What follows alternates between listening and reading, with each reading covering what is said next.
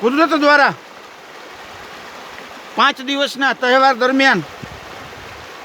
વરસી રહેલા વરસાદ આજે સવારે બંધ થતા અને વરાપ નીકળતા તંત્રએ વાંકાનેર મિલ કોલોનીમાં ભરાયેલા પાણી, તીથવાનું તૂટી ગયેલું નાલું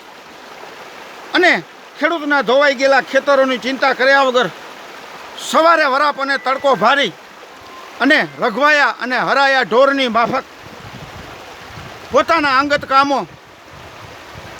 અને હજુ પણ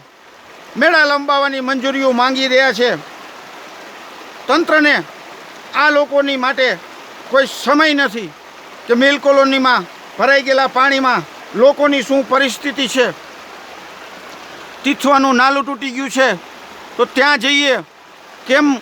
ત્વરિત રિપેર થાય એમ છે. માર્કેટિંગ યાર્ડે પણ ખેડૂતની પરિસ્થિતિ જોઈ શુક્ર, શનિ અને રવિ 3 દિવસની જ્યારે રજા જાહેર કરી દીધી છે કે ગામડાઓના રસ્તા તૂટી ગયા હોવાથી ખેડૂતો પોતાના માલ જણસ ચીજનું વેચાણ કરવા યાર્ડમાં આવી શકે તેવી પરિસ્થિતિ ન હોવાથી શુક્ર, શનિ અને રવિ આ 3 દિવસ યાર્ડ દ્વારા રજા જાહેર કરવામાં આવેલ છે. વધુમાં કલેક્ટરશ્રી, મામલતદારશ્રીઓએ જ્યારે તંત્ર દ્વારા આ ગામડે ગામડે જઈ ક્યાં આ 5 દિવસના વરસાદમાં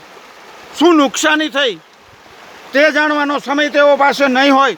પણ મજાની વાત એ છે કે ઓફિસમાં બેસી અને આવી મંજૂરીઓમાં સહી કરવા માટે થઈ અને તેઓ પાસે સમય હશે.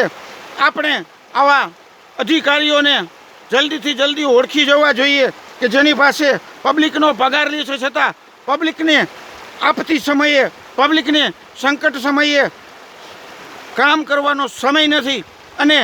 આવા લોકોના મેળાની મંજૂરીઓ આપવા માટે થઈ અને પોતાનો ઓફિસમાં બેસી અને સમય વિતાવતા હોય છે. ત્યારે આપણે